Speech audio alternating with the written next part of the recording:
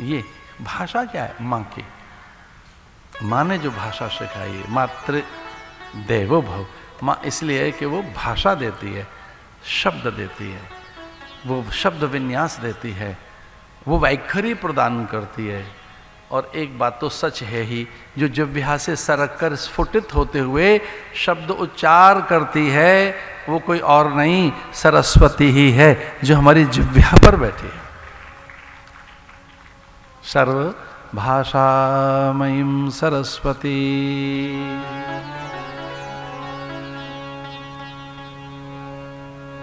सर्व भाषामयीं सरस्वती, जो भाषा है वो सरस्वती है। इसलिए कन्याओं के आगमन पर आदर करिए, उसका अनादर न करें। जिस घर में स्त्री दुखी है वहां से लक्ष्मी जी चली जाती हैं। जिस घर में ये 5 आदर पाते हैं, कौन कौन? स्त्री, बालक, रोगी, अतिथि, वृद्ध। स्त्री, बालक, रोगी, अतिथि, वृद्ध, इनका आदर करना चाहिए। वृद्धों का, अतिथि का, रोगी का, स्त्री का, बालक का। उनमें सबसे पहले स्त्री आई है कि जिसका अनादर न हो वो स्त्री है, वो मां है, उसका अनादर न हो।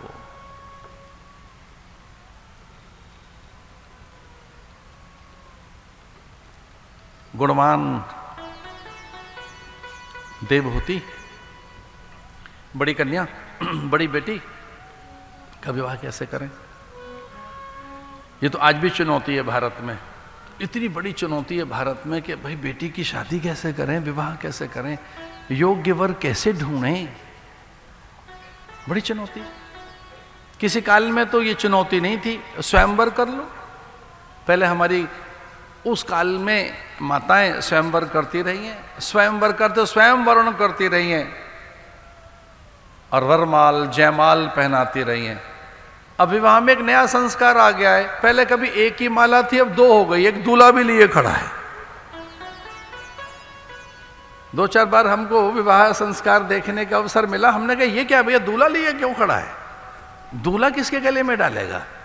कि जी रेसिप्रोकल है ये, तो ये इसके गले में, वो उनके गले में। भाई ये क्यों डाल रही है? जयमाला तो एक ही डाली जाती, वरमाला, वधुमाला तो हमने सुनी नहीं, पत्नी माला। तो पत्नी को माला थोड़ी पहनाई जाएगी।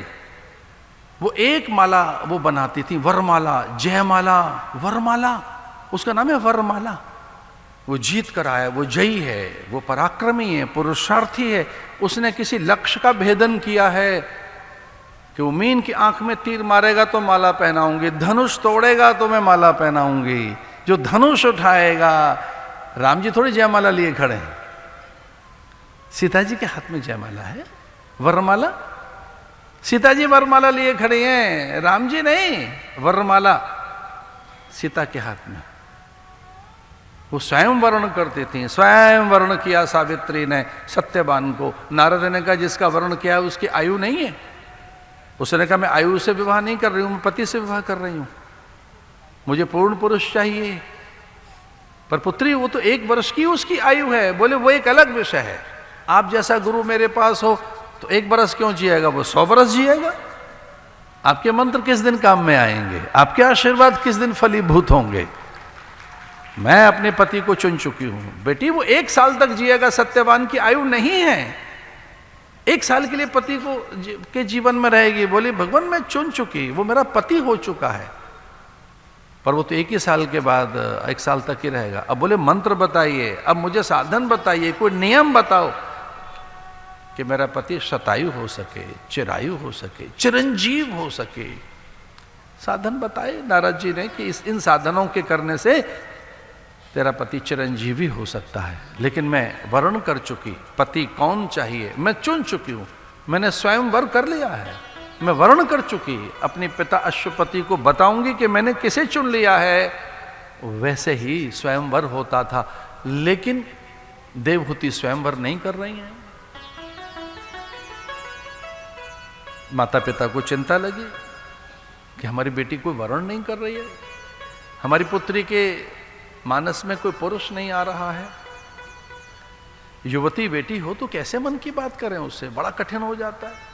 छोटी बालिका को तो नियंत्रित किया जा सकता है, छोटे बच्चों को किशोरियों को, किशोर को, तरुण को, तरुणियों को, युवतियों से हमारा कौन बात करे। कई बार तो युवती एकदम ज्वालामुखी हो जाती हैं,